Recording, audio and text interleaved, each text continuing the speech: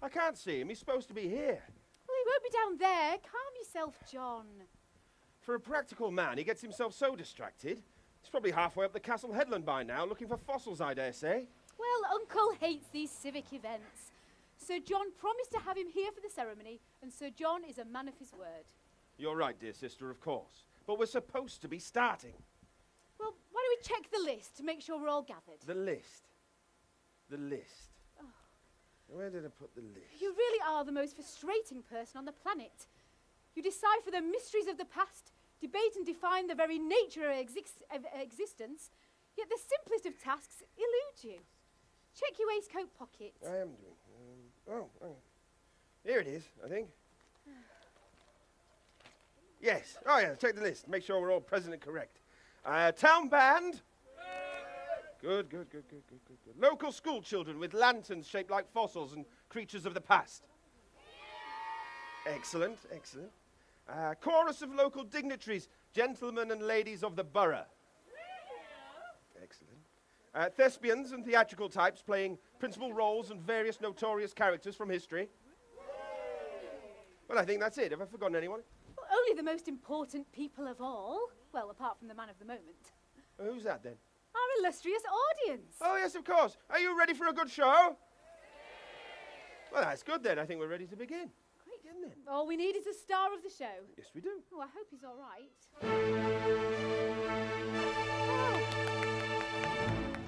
And here we are at last. Wait. That's not the right person. That's not William Smith. He was right behind me a moment ago. Oh, there he is! Quick, grab him and bring him up here. It's time for the rotunda's opening ceremony. You don't need me here for this. Yes, we do. After everything you've done for geology, this is your triumph. I don't like a fuss. Your niece and nephew have a surprise for you. I want to get back to my brachiopods. They need cataloguing. Come along, Mr. Smith. Oh. Quick, let's start the proceedings before he disappears again. Ladies and gentlemen, may I present to you Sir John Johnston, local landowner and president of the Scarborough Philosophical Society. This is the man who has made the building of this beautiful rotunda possible, supplying his own hackness stone for its construction. He is a friend and inspiration to us all. Thank you for those kind words, Mr. Phillips. We are gathered here today in this glorious year of 1829 to celebrate the opening of this wonderful building, designed by architect Richard Sharp. It is to be a repository of geological discoveries, ancient artifacts, and spirited debate about the ground upon which we stand. Yet none of this would have been possible without the passion of one truly great man, William Smith.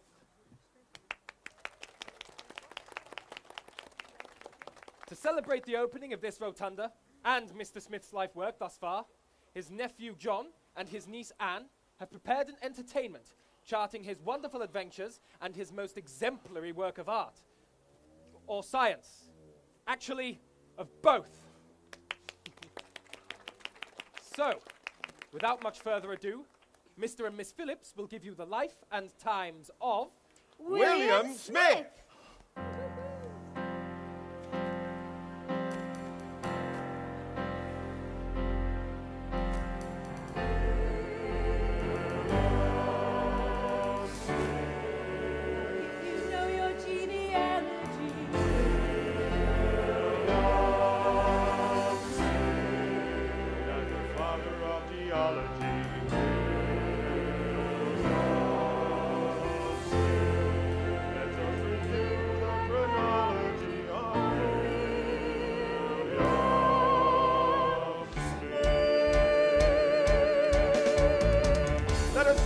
The story of an amazing life.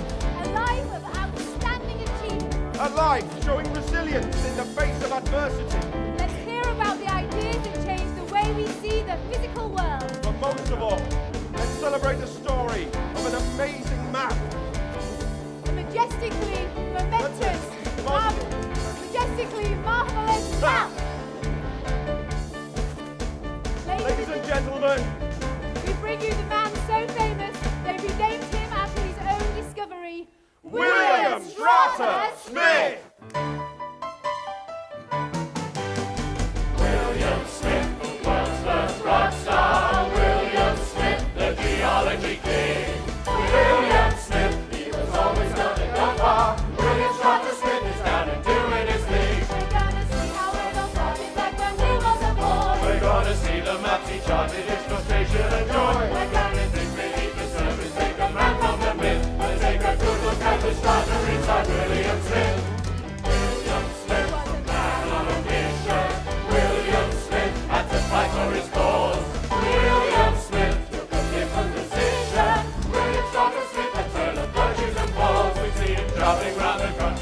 rickety cart. Collecting rocks and stones and fossils, cataloguing was an art. Then he runs back to his hut and he's a drawing forthwith and trains a pattern to the stamina of William Smith.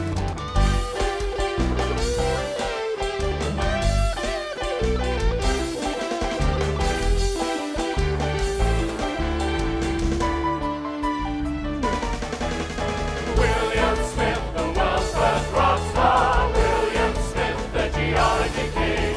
William Smith, he was always gonna go far. William Trotter Smith is down. William Trotter Smith is down and William Trotter Smith is down and doing his thing.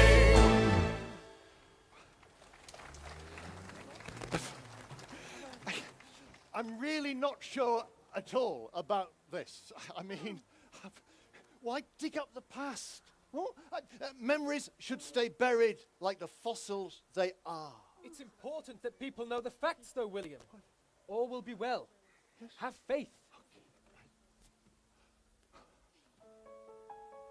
In Europe, in 1769, many children were born to see turbulent times ahead. In Corsica, a mother gave birth to a baby she named Napoleon. In Dublin, Arthur Wellesley, better known as the Duke of Wellington, made his debut. And in a small Oxfordshire village of Churchill, another infant came blinking into the light. His father John was a local blacksmith and made a living from shoeing horses and mending broken ploughshare. They named the boy William. And so, our journey begins. Unearthing the three geological eras of William Smith, the Paleozoic era, or ancient life, the Mesozoic era, or middle life, and finally, the Cenozoic era, or new life. We join our protagonist in the early part of his Paleozoic period. William is 8 years old, and he's playing Pundibs, or a game as we understand it, marbles.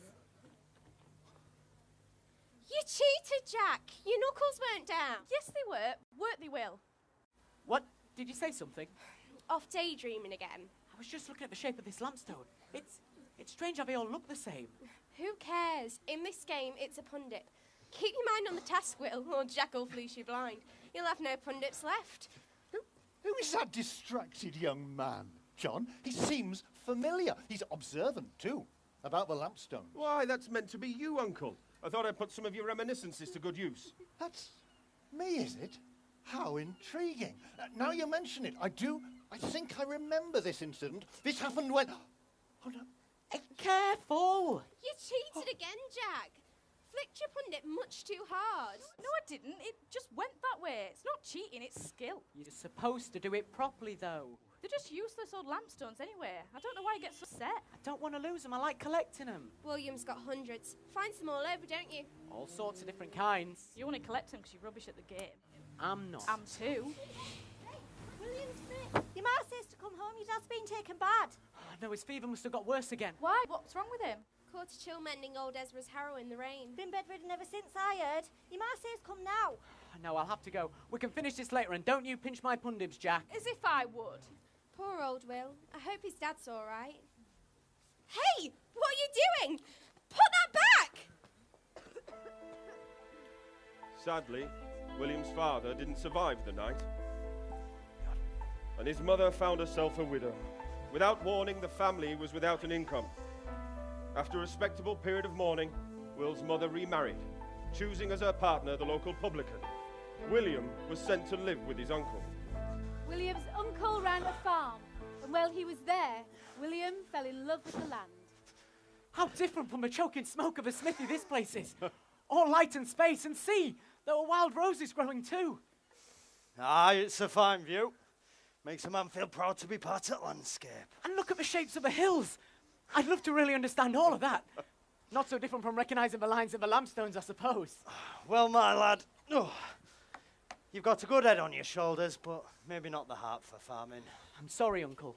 Look, I've got some skill with mathematical instruments and geometry. I'll teach you how to use those and what little secrets I have of land surveying. Really? Well, through my farming work, you understand. Look, me and the missus can't afford to give you a formal schooling. Maybe this'll help you make your way in the world. And that's what happened. In 1787, William was 18 years old, and he was recommended, because of his geometry skills, to surveyor Edward Webb, who was in the village assessing it as part of the Enclosures Act. Mr. Webb? Now, William, the trick is to fully understand the appropriate use of a pantograph. And with it, we can accurately calculate the area of the land before us. And then we send the assessment off to those wealthy gentlemen in Whitehall, and they in turn decide how much rent they're going to charge for the land, which is quite a lot at the moment, if you ask me. I know, more and more people are moving away from round here. Can't afford their new rents, so have to live in towns and cities to work in mills or factories. Well, they've got to earn a living, they've got to go somewhere. I suppose you're right, but surely if we use our surveying skills efficiently, we can find ways to make the land profitable for all. Then maybe people won't have to leave the homes they've grown up in. Ah, that's a grand plan there, Will, but is that progress? You've got a good soul, Will, but you've got a lot to learn about the world's ways. The work with Webb went well, and Will's reputation went before him. His developing surveying skills brought him work from several landowners down in Somerset. But although he worked tirelessly, Will still collected his beloved lampstone pundibs, or as we know them today, fossils. He also began to recognise the shapes and patterns in the folds of the land he was working on too. I'm sure there's significance in this land shape I'm observing. It's like a puzzle. I wonder if there's a connection between these lampstones and the contours of a countryside. Meanwhile, the country's contours were being tested in other ways. Britain found itself on the dawn of a new age, an age where machines, manufacturing processes, and farming methods were heralding a radically different worldview. Ladies and gentlemen, please be upstanding for The Industrial Revolution!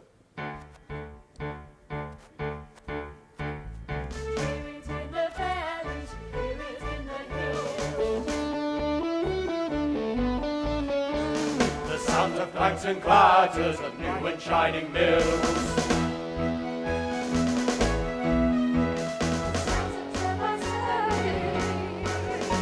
The massive coal fires burning. The age of industry is slowly down its track. The age of industry, there is no turning back. The age of industry, iron, wood and coal. The age of industry, our new industrial goal.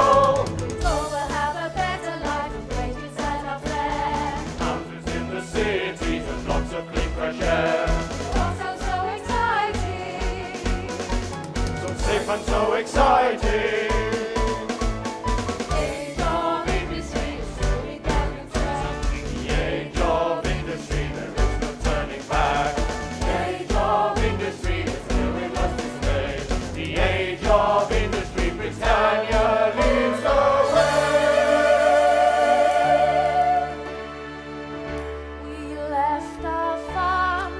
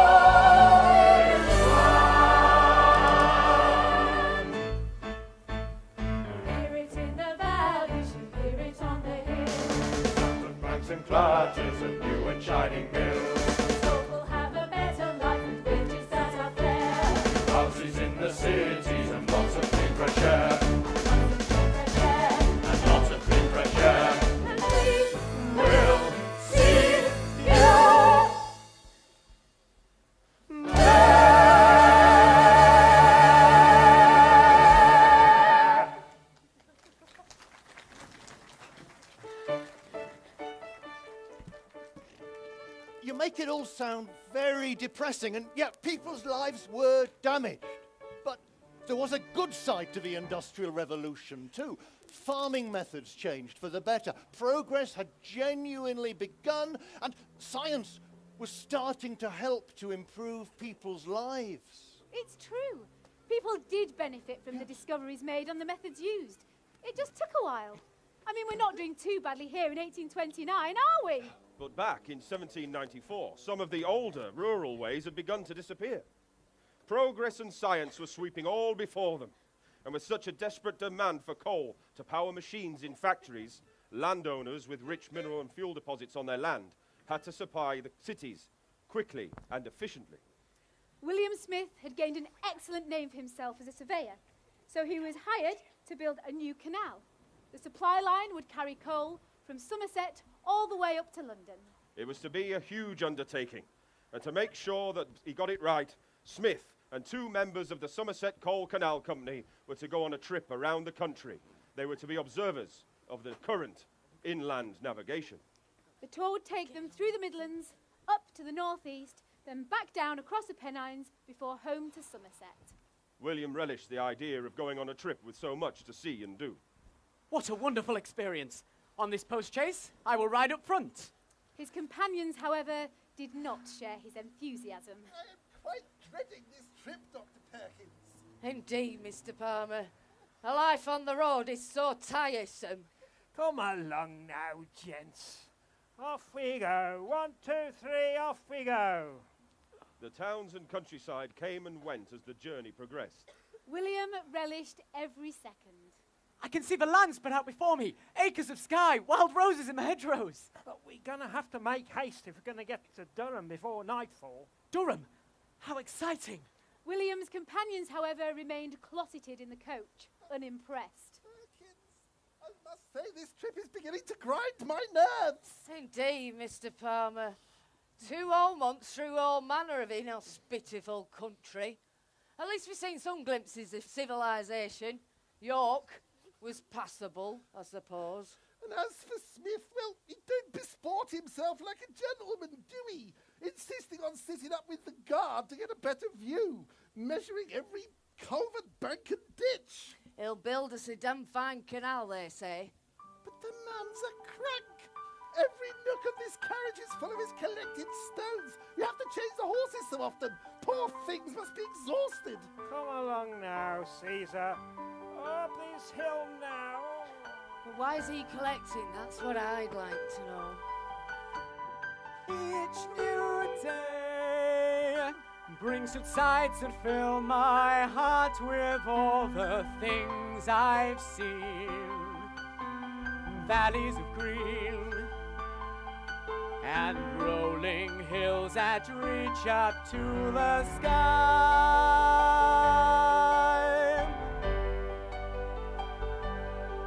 Along the way, I have found so many treasures in these rocks and stones, fossils and bones, such wonders that seem dull to others' eyes.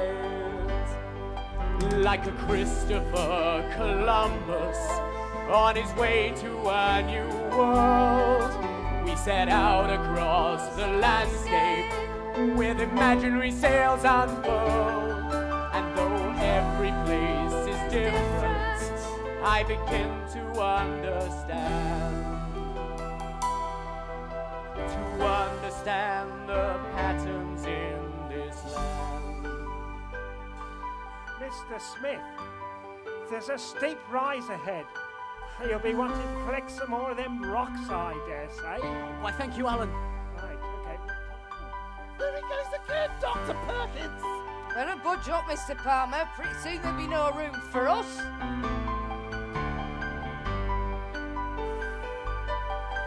This summer night, live right here in this locale and settled in this ground. They all lie around, but only in this ancient lair of clay.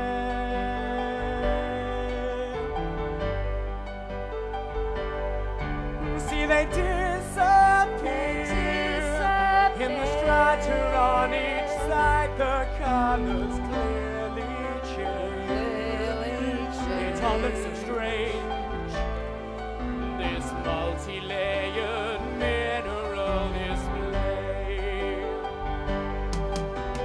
Down here where the soil's retreating, chalks and clay here all repeating. Valley, hill or dale, the rocks remain. Constantly annotating, sequences replicating, patterns in the land recur again.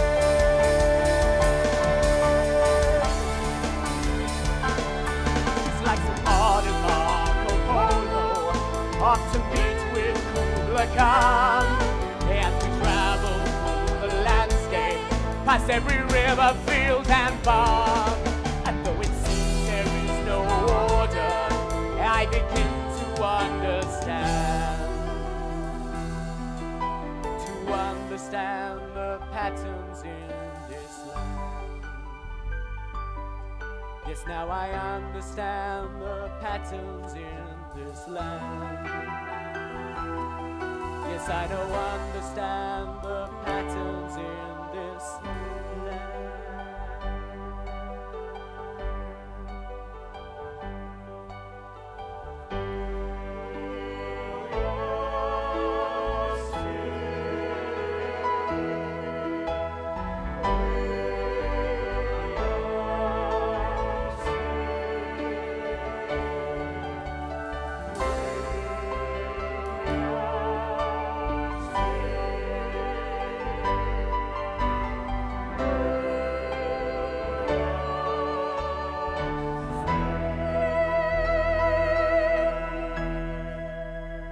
Our journey continues.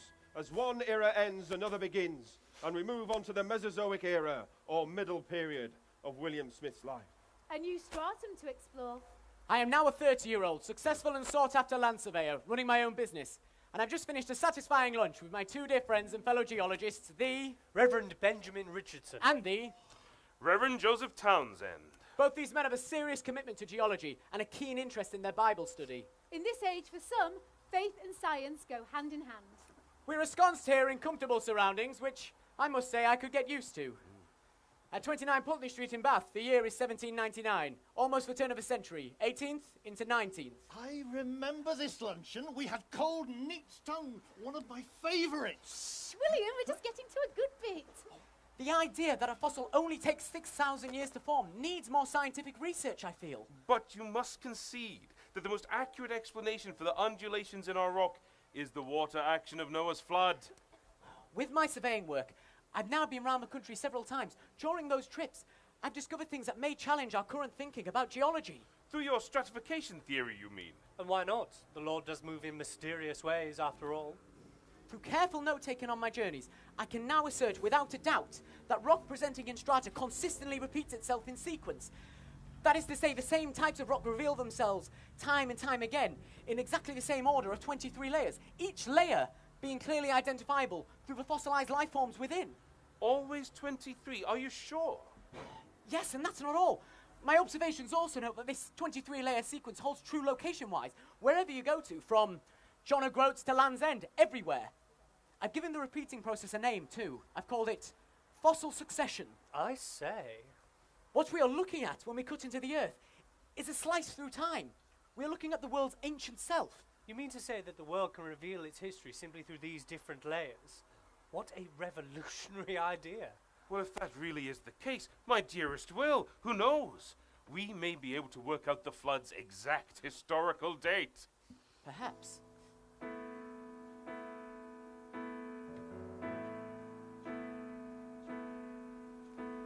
Layer upon layer, rising up across the landscape, just beneath our feet lies the history of this land. These different types of rock are laid down throughout millennia.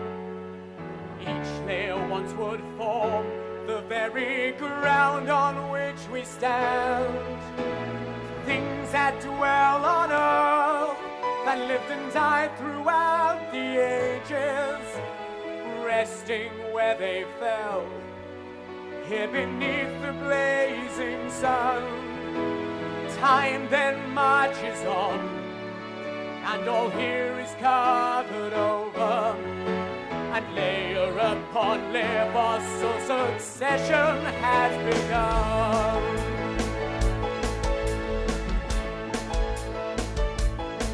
And if you're looking for the pattern, You can find and redesign and redesign. redesign. They're always They're on the highest on mountains. mountains, They're in down the deepest, darkest heights. The answer's hidden in layers, in life between the lines.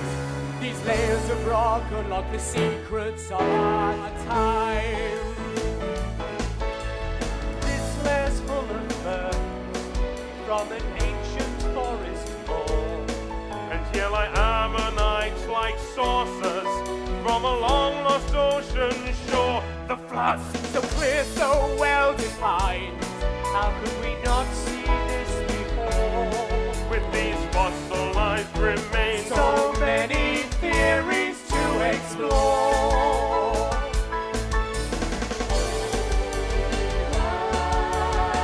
Can you see what this means, what this idea implies?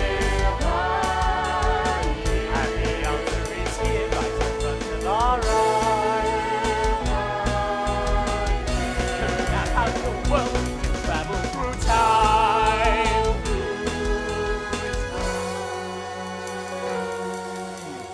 Layer upon layer, rising up across the landscape, just beneath our feet lies a history of this land. These different types of rock are laid down throughout millennia.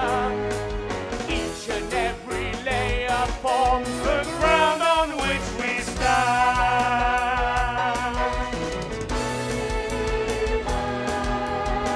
Can you see what this means, what this idea implies? The answer is here right in front of our eyes. Map out the world, we can travel through time, through time.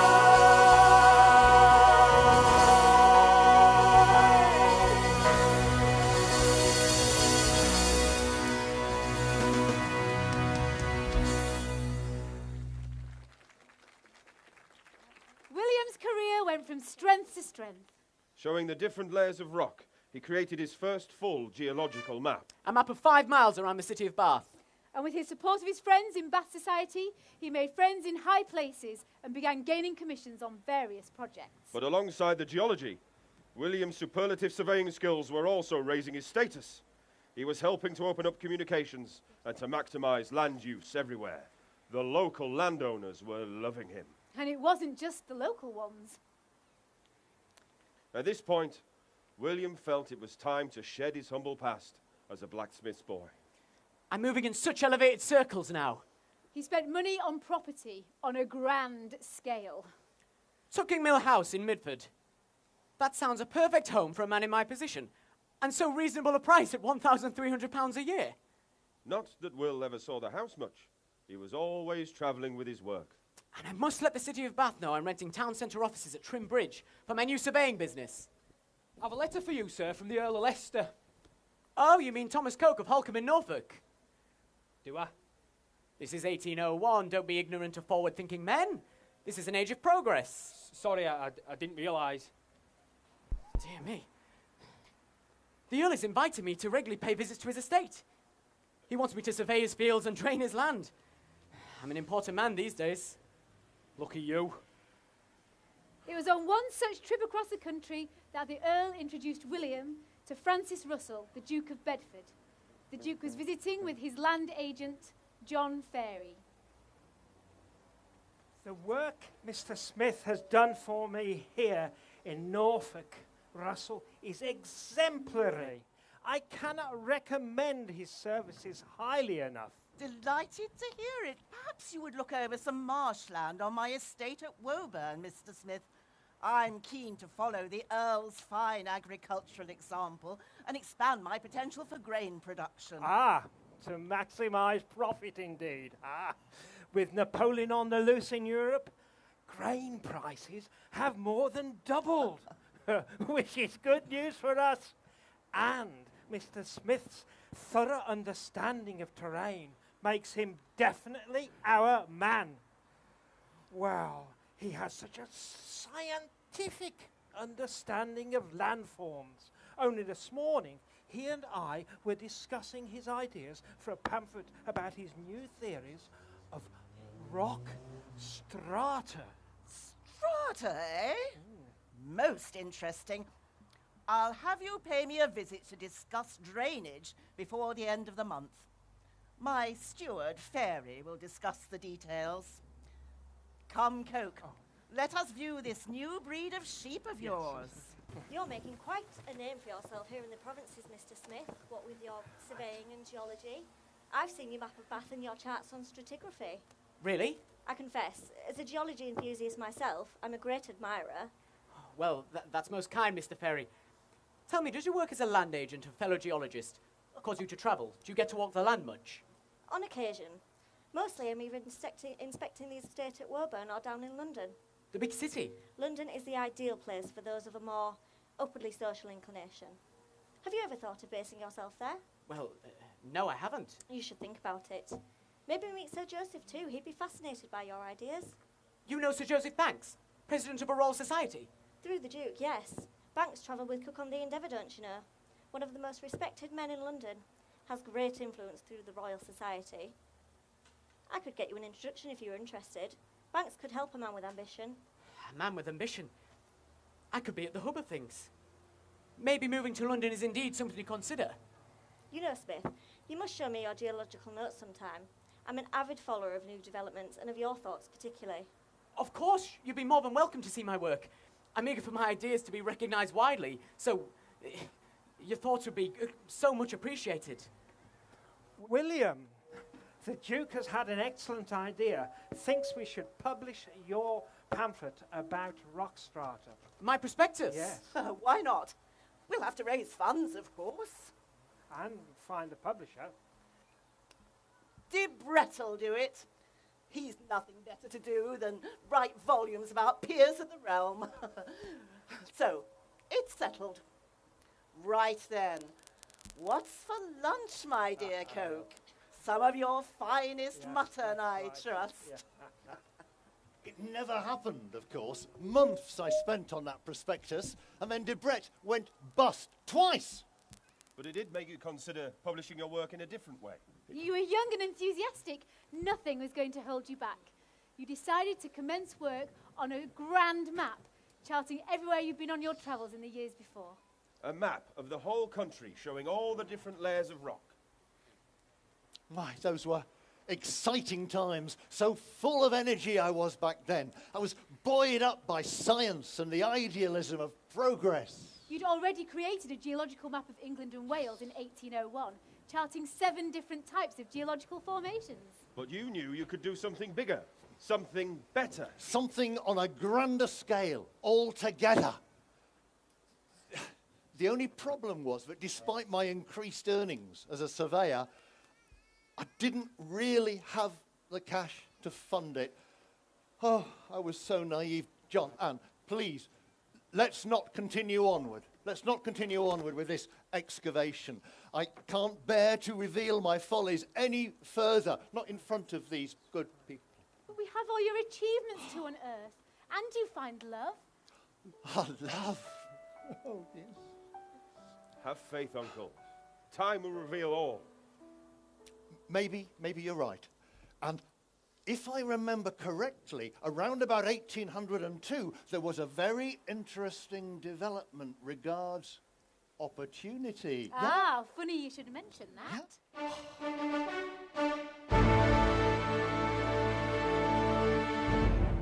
Greetings to all and welcome. May I introduce to you my esteemed colleague, Mr. William Shipley. Thank you, good sir. My dear gentlemen. Oh, here. There's ladies present too, you know. My dear gentlemen and ladies, I have news of an exciting competition.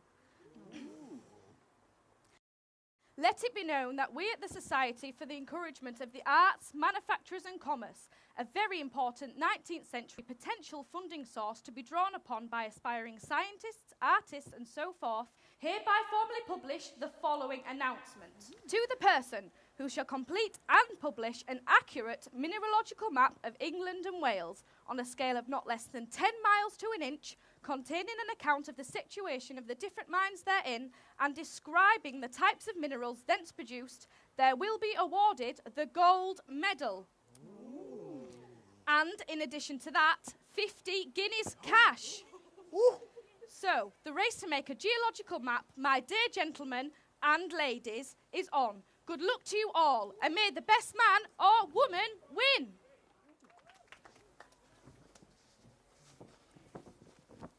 And so, after much vacillation, I felt that this was finally the incentive. The chance to prove myself to be the scientist I knew I could be. Someone who, despite the lowliness of my birth, ought to be taken seriously regards his ideas. 50 guineas is the prize, and although the map will cost a lot more than that to produce, it is the winning and status that matter. So, whilst William continued to work as a surveyor around the country, collecting data, collecting fossils, he also continued on the plans for his map. He moved to London. There's this 5-storey mansion on Buckingham Street, just around the corner from Sir Joseph Banks's office. If I'm to be taken seriously in society, I'll need to be seen as respectable. I'll therefore take up residence. John Ferry kept his promise and introduced William to Banks, and Sir Joseph became a firm friend and advocate of William's geological work. To win the prize, Banks donated £50 of his own money to get Will's map of the country underway. William, meanwhile, aspired to all the trappings of the social circles he was moving in. At 15 Buckingham Street, he acquired the services of a housekeeper, one Mrs. Kitten. A seemingly dependable and charming woman. However, after being taken on, Mrs. Kitten became somewhat alarmed at the state of William's financial affairs. Not that it's any of my business, you understand. But what was the rent of 80 guineas a year on this place? The rent for his offices in Trimbridge, the mortgage on Tucking Mill. And now, all this talk of investing in an oolite limestone quarry. Lord, have mercy upon us. I don't know where the money's going to come from. He's a surveyor, not a merchant banker. I think he's seriously losing his marbles. Oh, well, I suppose I just dust the fossils and hope there'll always be enough cash for my £1 monthly wage. Other dark clouds were gathering on the horizon too. It is 1807, and in Covent Garden at the Freemasons Tavern, a group of eminent scientists, geologists and men of standing are gathered for the very first meeting of the newly formed Geological Society. The appointed president is one George Bellas Greeno, a well-to-do member of the Light Horse Volunteers, a member of Parliament for the London Borough of Gatton. Good day to you all. The meeting has just finished and the group is dispersing. Greeno is talking to 2 of his friends in the society. Arthur Aitken. And Jacques-Louis, Comte de Bunau. émigré and escapee from the tumult of the French Revolution. My dear George, please allow me to congratulate you on your election as chairman. Who better to oversee our geological ideas in this newly created club? A stroke of genius. My inviting Babington to join the society, I think. Such a celebrated physician and mineralogist will bring great things to our debates. He's also a fellow of the Royal Society. Think of the connections he can bring. Has the ear of Sir Joseph Banks himself. Oh, Sir Joseph Banks is a man of great influence. I am almost settled now as James Lewis of London instead of Jacques-Louis, Comte de Bernon. Well, it must have been hideous, fleeing a terror like that, though, Jax. I mean, James. You cannot imagine it, Arthur. Power in the wrong hands is a destructive force in Europe. Wrong hands meaning the artisan classes, I'd assume. The revolution in France has sparked a flame, and do not presume that the conflagration cannot cross the channel. Banks is indeed a man of influence, but he is a blindly generous man. He should be mindful not to encourage the wrong sort of intellect. Ha! You mean that upstart William Smith? Well, Smith's hardly a threat to social stability, though, is he? But where does it begin? He is of the artisan class, is he not? And William Smith as the heir of Joseph Banks himself. Smith is a peasant of low birth who has to do all his own research because he has no money to pay anyone else to do it for him. No civilized society or organization would ever consider letting him join. And I will personally make sure that this geological society is barred to him forever. Yeah, well, I think that science should lead the way, regardless of a man's origins. If the man has skills, and Sir Joseph Banks thinks so too, well then live and let live, I say. Sometimes I despair of you, Arthur. You and your foolish idealism. If you look at the reasons why Europe's a mess, people fighting for power in this huge game of chess, they've thrown off all tradition and lost all respect. They've forgotten their place and society's wrecked. We saw it in Paris and all across France. We stifled the chaos with musket and lance, but still they kept coming like rats from a drain. When we killed off their leaders, they started again. But there has to be order, a chain of command. The lowly should serve those who own all the land. Give them no time for thinking and no time to plan. Or we'll soon understand how the riot began. Keep them under control, make them scared of the crown. But keep our resolve, keep the little man down. Just keep them all safe, their husbands and wives. Keep them stronger and cold, make them scared of their lives. On this cruel, cruel earth, your fate's decided by the circumstance and manner of your birth. And you should never try to reach for the sky unless your status and position mean you're already halfway to flying high. I'm surprised at you, George. Jax, I understand he's barely escaped the guillotine, but you have a comfortable existence with all the material goods you could ever need. What do you have to fear? Losing it all, perhaps? We cannot risk having this French Revolution repeated on English soil. Bonaparte is anti-royalist.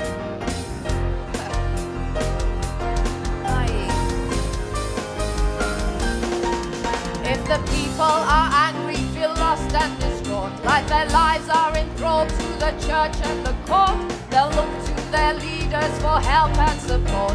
They'll see that one day that they've all been sold short. See that their leaders are frightened of change, afraid for a future that's different and strange. Though they're scared for their lives, they'll move to attack. They know once they've begun, they can never turn back. Where every person has decided by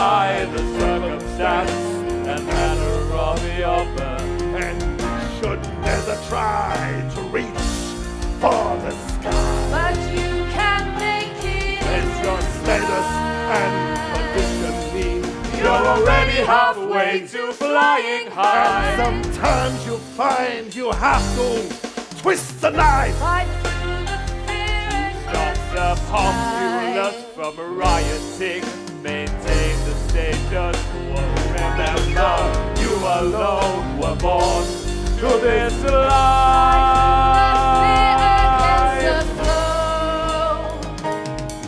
Just watch out for the hammer blow.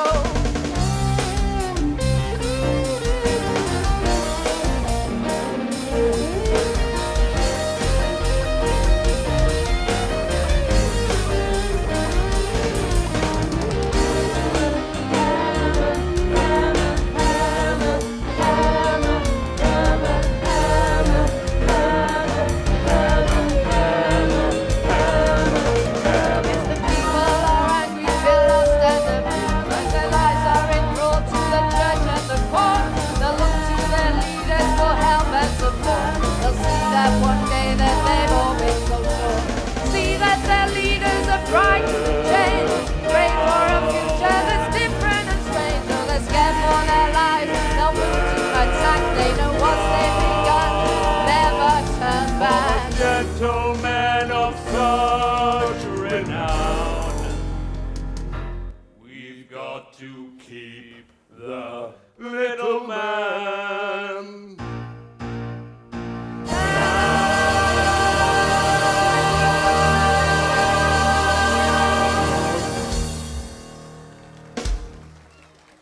Well, I think we should overcome our fears and pay this Smith a call. You never know, George. You and he might actually see eye to eye. You do share an interest in geology, after all. What could anyone with no formal education possibly have to offer me? Smith will never be recognised by me, here or anywhere else. Well, I think you're making a mistake. Never. What a hateful man! A paranoid man. A desperate man standing in the way of a scientific endeavour.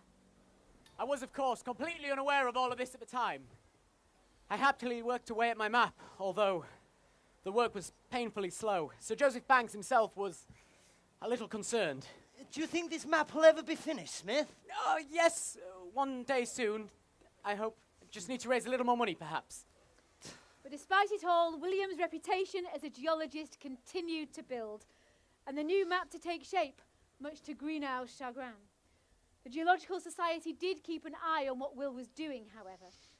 And alongside the map, William still had to continue to work as a surveyor to keep bread on the table. And life on the road was getting harder. For the first time ever in my travels, I was beginning to feel a little lonely. And then, one day, as if the kindliness of heaven had taken pity on me, a vision entered my life. As beautiful and fragile as the wild roses I had seen as a boy. Marianne, my love, my life. My William. Astor married the mistress in 1808 and welcomed her here to Buckingham Street. It was about a year after he'd adopted his orphaned nephew, John Phillips, though John was away at school at the time. I'm not sure if the two was connected, but she could have been chosen to be a mother to the boy, I suppose. She was a funny little thing. Small and dark, quiet and shy one minute, and then flying off dandle next. She liked to paint her cheeks with rouge too. Personally, I think she was a bit unstable. But there's no doubting that she was a pretty little thing. And the master loved her dearly, despite her eccentric ways. Kitten, I have a headache. Can I have a glass of water? Yes, Mum. This is my first time in London. Did I tell you that? Yes, Mum. You've been telling me that every time since you came here 3 months ago. I'm finding it all a little scary.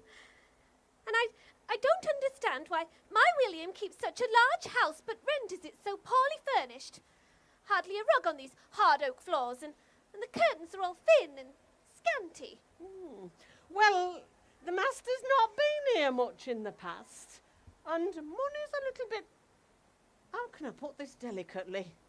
I'm trying to make the best of limited funds. Oh. She was a lass, really, and not used to running an household. But I hoped she'd grow to it. Mrs. Kitten, I trust you are treating my darling Mary well, the loveliest rose that ever bloomed. Oh, sweet William. I'm treating her well enough, sir. Oh, by the way, there was a letter I viewed this morning from one Sir George Bellis Greenough. Now, there's a name to go to bed with. Hang on, I've got it here. Oh, there it is. Greenough? What on earth could he want? Gave up trying to join his wretched society a while ago. Good Lord. The Geological Society wants to have a look at my sketches for the map. And hear my fossil succession theories. And what's more, they're coming here to Buckingham Street to do it. Coming here? We must provide refreshments, Mrs. K. Have wine and food ready. What about some scalloped oysters? Oh, I do love a party. With pies and sweet cake, fit for a king. And just how are we going to pay for that? I've already had the butcher and the baker here twice this week wanting their accounts settled. Details, Mrs. Kitten. You're an ingenious woman. I'm sure you'll think of something. Don't you see? This is an important step for me. And so the preparations were made, and the day at last arrived. Several members of the Geological Society were in attendance, and Mrs. Kitten performed a small culinary miracle with cold tongue and some hard-boiled eggs. The new Mrs. Smith was introduced to the gathered assembly. And then the society pored over the fossil collection and preparations for the new map. After 2 hours of examination and discussion, the society members took their leave, waved off by the Smith household. That seemed to go well. I hope they enjoyed my theories as much as they seemed to. I thought you spoke with passion, my dear. Anybody ought to be inspired by your fossils and your map. Why, thank you, Mary. What a load of balderdash. A completely pointless expedition. Yes, but what an amazing and vast fossil collection Smith has. Must have been collecting it for years. Mistake letting you persuade us to go there, Arthur. What relevance could fossils possibly have to the identification of strata? Well, I found his theories quite compelling, actually. Though, I was a little surprised by his living conditions. Threadbare ideas, like his half-furnished, overstretched mansion, simply held together by conjecture and speculation. He couldn't even marry well. Did you see his wife? Yes, I thought she was rather charming, actually. In a hedgerow flower sort of way, maybe. You see, if Smith had real ambition, he'd have the sense to marry money. She's far too common, and now he's stuck with her. Perhaps. But this map troubles me. Yes, amateurish in execution, I grant you, but the map maybe did have some scientific merits. But that is not good. It isn't. I don't follow. It would not serve for Smith's skills to be recognized by the general public. We must stop him in his tracks. Why? Because it might result in the education of the masses. Heaven forbid! There's already a push on for this one man, one vote in our general elections, and I don't like that idea one bit. George, you have money and influence which Smith does not. If you were to create your own geological map along similar lines as his, perhaps the public would take your map more seriously than his. Retain the intellectual high ground, you mean? I'd have to win this competition, I suppose. But even if I didn't win, I could always publish and sell my map more cheaply to more people, as I don't really need the money. That way you undercut Smith and starve his map of publicity. Oh, you wouldn't. But another thought has occurred. Do you remember the Duke of Bedford's land agent, John Ferry? I believe he and Smith have been in contact for some time now, as fellow geologists. But what Smith probably doesn't know is that Ferry's been desperately petitioning me to join our Geological Society. Perhaps he could forward me some of Smith's map notes? Sacre bleu, you have it! Offers Fairy an honorary membership to the society, et voila! You're going to ask Fairy to spy on Smith? You must be with us on this one, Arthur. It's underhanded. Oh, you'll be with us, Arthur. Because when it comes to privilege, you know on which side your bread is buttered. No, but I rather like the fellow and his wife. God. Excellent. Gentlemen, I'm going to make a map.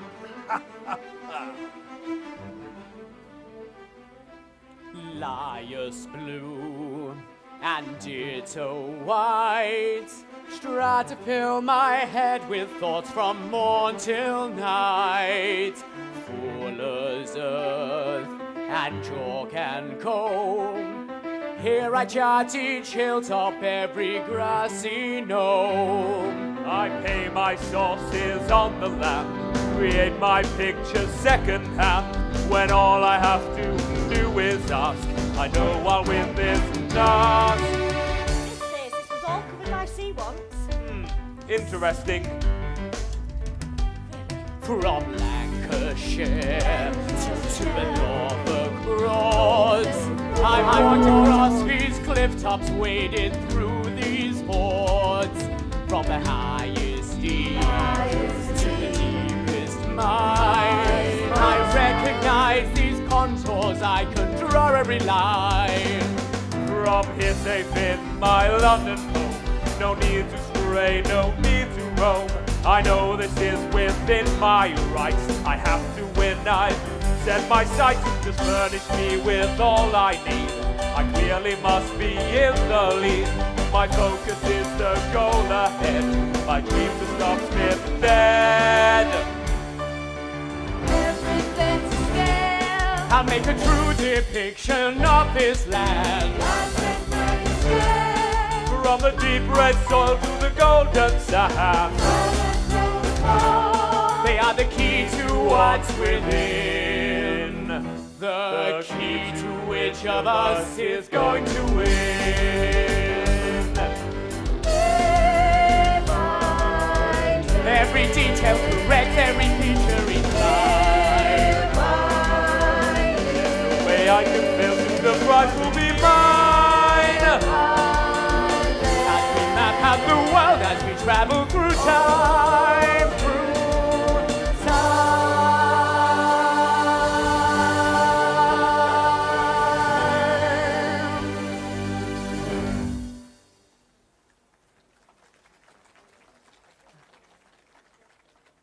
Mary, Mrs. Kitten, come quickly. It's finished. My map is complete. Yes, the map was finally finished and published by William on the 1st of August, 1815. Though it cost a huge amount to produce, it appeared he had finally won the race. Patience, Greeno. Plays the long game. 400 copies were made, and the Prime Minister, Lord Liverpool, came to the Buckingham Street house for a private viewing. Lord Liverpool was most pleased with what he saw. William then went to see the Society for the Encouragement of Arts, Manufacturing and Commerce, who had promised the gold medal and 50 guinea prize some 13 years before. Luckily, they remembered their promise. But although the map was a critical success, as a commercial venture it wasn't quite so well received. Sales were slow, and although Smith continued to work when he could, sadly his expenditure always exceeded his income. And the wider public of Britain had its own major worries to contend with too. With Napoleon sent packing, the expensive war Britain had been fighting with France was over, and the country now had to foot the bill, and everyone was economizing. In 1819, Greeno finally published his own map. He gave Smith absolutely no credit for the ideas he had taken through Fairy, and he undercut the price of Smith's map so that people would automatically buy the cheaper one instead. William's map was priced out of the market and became a failure, soon forgotten. 3 cheers for Georges Bellas Greeno and his wonderful, popular geological map. Hip hip! Hip hip! Hip hip! Well done. At 15 Buckingham Street, the debts spiraled. Sir, there's a messenger here with a letter from Bath. Sorry to impose at this late hour, Mr. Smith, but I've been given instructions to deliver this directly on arrival. Very well, come to the fire. What can be so urgent you have to travel in such dark, foul weather? Your Trimbridge office has been in an uproar these past few days, sir. Has it?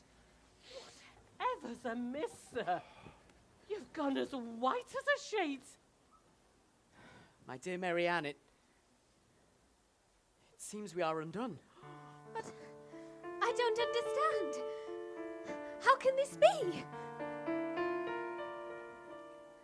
Just when it seemed that all was well, that finally you had clearly made your mark, it's likely that some choices you have made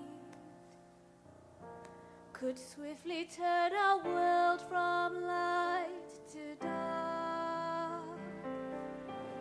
It seems we're over. Our funds are insecure.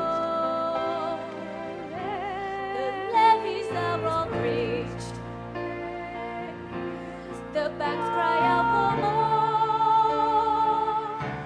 In name a man of reason, in truth a man who's bored. But what good is a name when the wolves are at the door?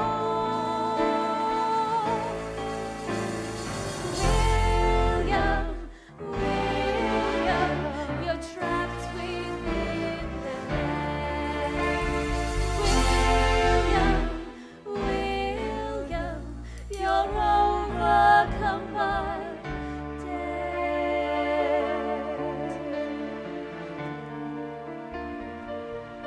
Uncle, we need to raise some funds to pay these bills. The young John Phillips tried his best to rally William.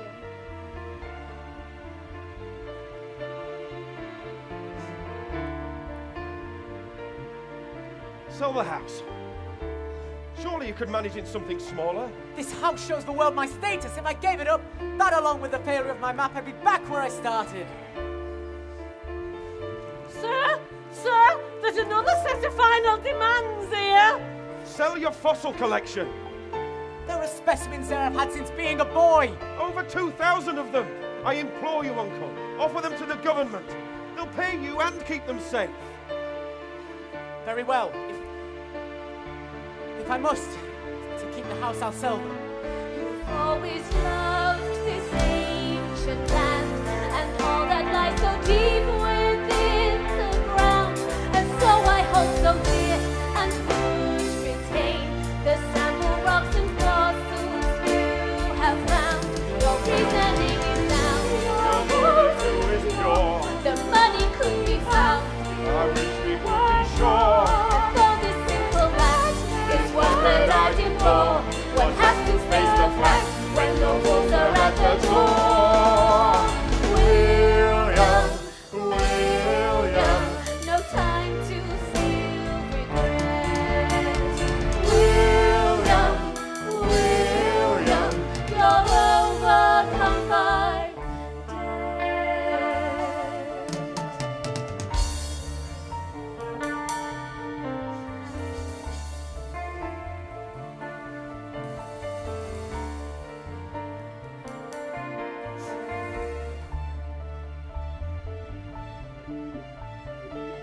Sir, there's 2 special constables at the door.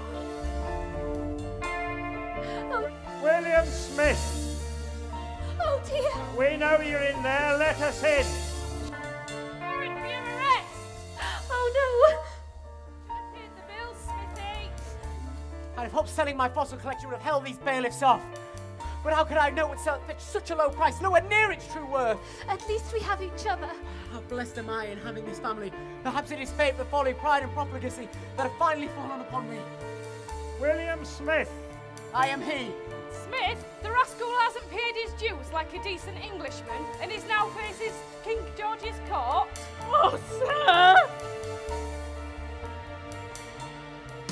And he's soon to be residing in lodgings not quite so salubrious as these until decreed to change by an external court. Where are you taking me, gentlemen? So that the King's Bench. Debtor's prison! Not undeserved. Be kind to my wife, John. Mrs. Kitten. I do not walk this path alone. I know you share this onslaught to my pride. If circumstance dictates my fortunes fade, the fortunes fade on those close by my side. What is there for a man? Like so many men before, Who is overwhelmed by life? drowning close to shore. The consequence of death. The consequence of war. You simply cannot stand the tide when the wolves are at the door. William, It's all over town. William, Now a prisoner of the crown. William, What's a man of such renown? William, your life is spiraling.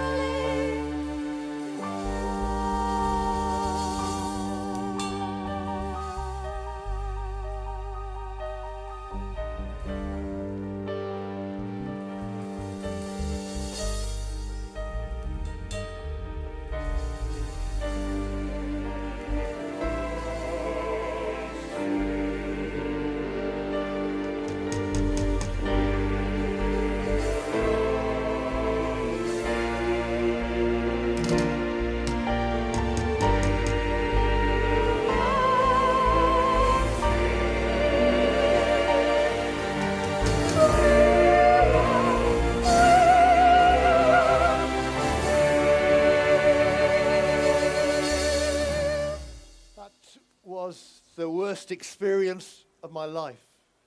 I know. And in prison, I had time to reflect upon how foolish I had been. Aspiring to the bauble of fame and in the process losing sight of what was truly important, the well-being of my family. Indeed.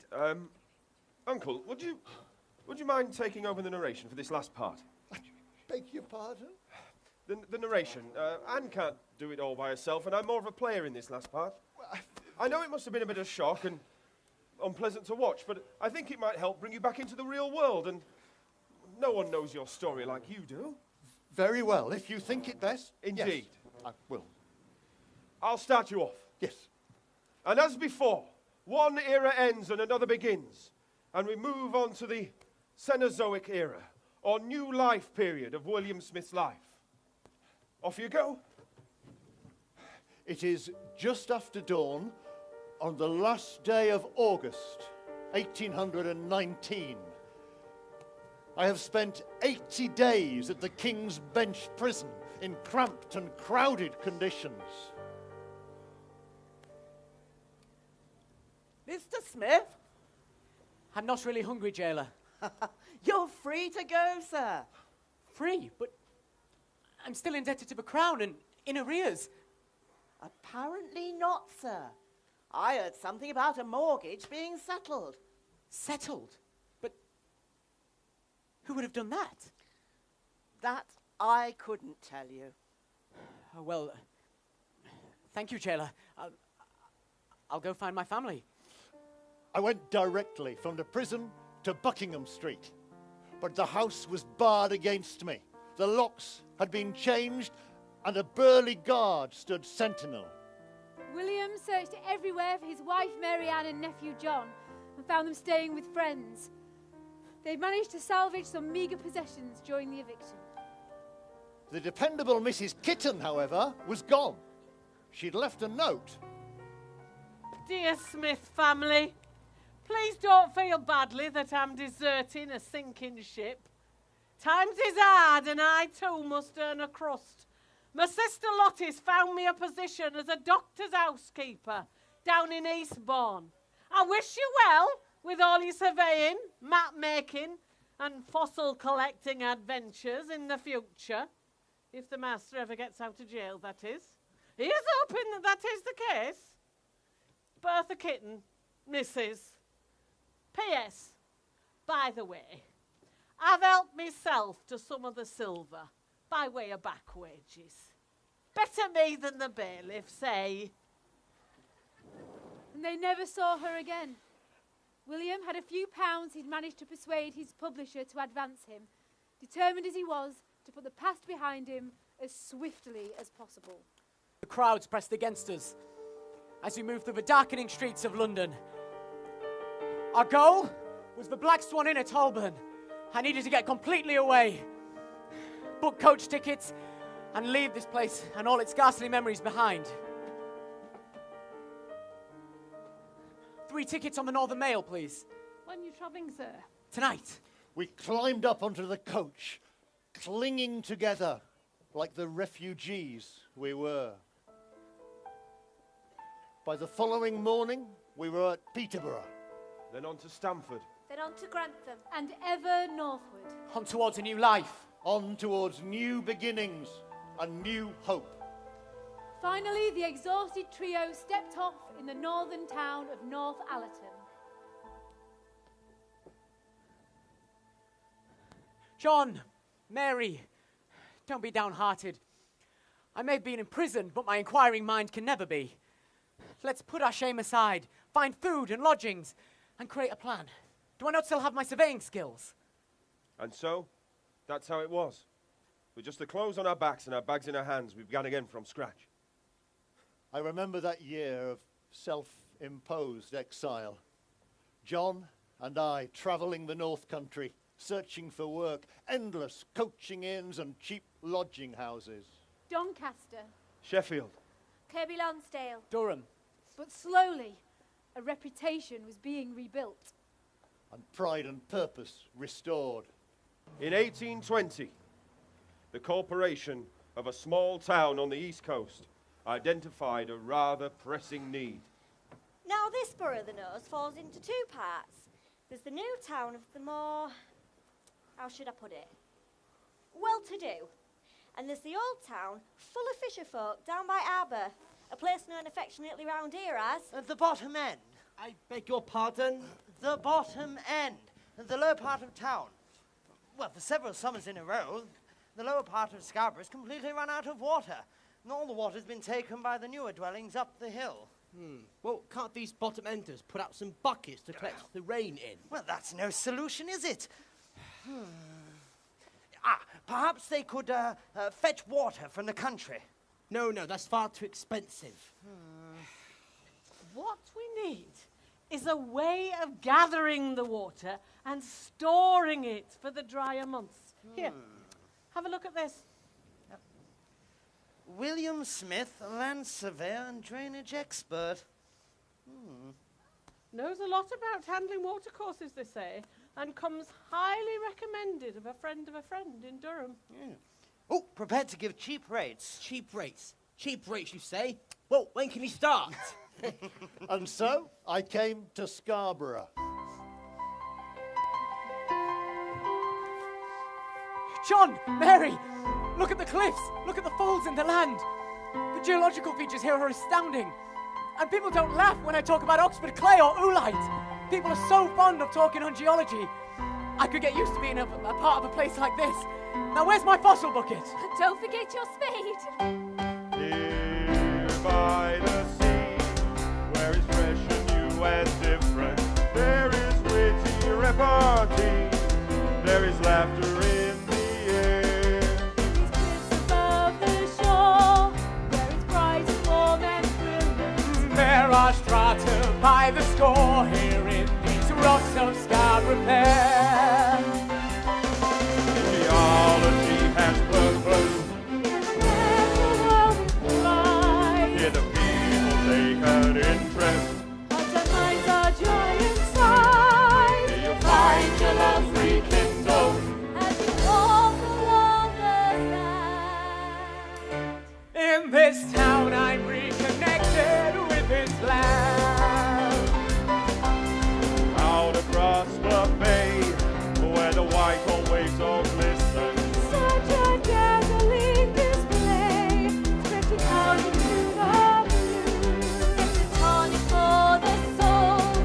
can't help but feel it vital. From Night Point to Boggle Hole, what a Jurassic coastal view.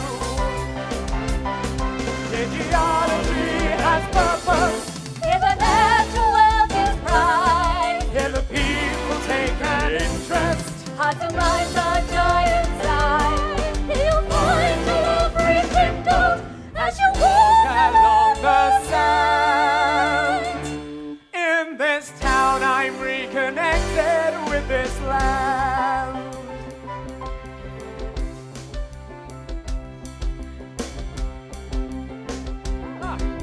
Mr. Smith, allow me to introduce myself, Sir John Johnston.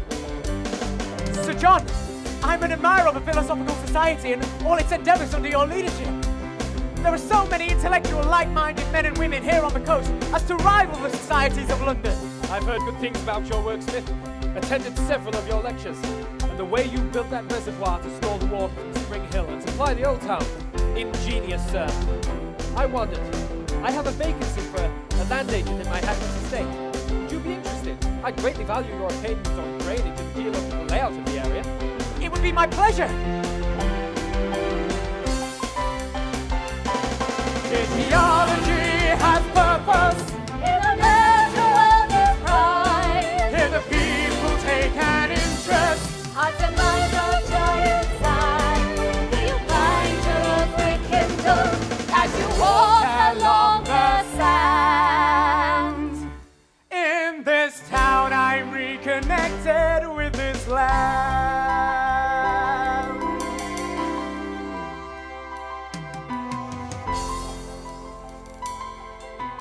So, for the next few years, William resided in a vicarage close to Hackness Grange, working on the land and preparing a new map of the area which still hangs there today.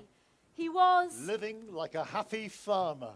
Sir John Johnston was so impressed by Smith's work, knowledge and abilities that he began, with the help of chemist and lensmaker William Vernon, to petition for full recognition of Smith's achievements. I did try to persuade them not to.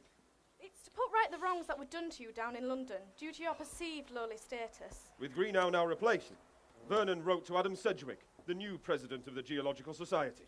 He suggested a small annuity be purchased for William as a financial safeguard for old age. My dear Vernon, it's no less than a man truly deserves. I've been discussing a notion with the other members of the Scarborough Philosophical Society too. I'd like Smith to help design a building to house the collections of the local eminent geologists. An excellent idea. And where shall this building be sited? We shall build a rotunda where we now stand, close to the sea in the centre of this glorious bay. A lasting and permanent testament to the life and times of William Smith.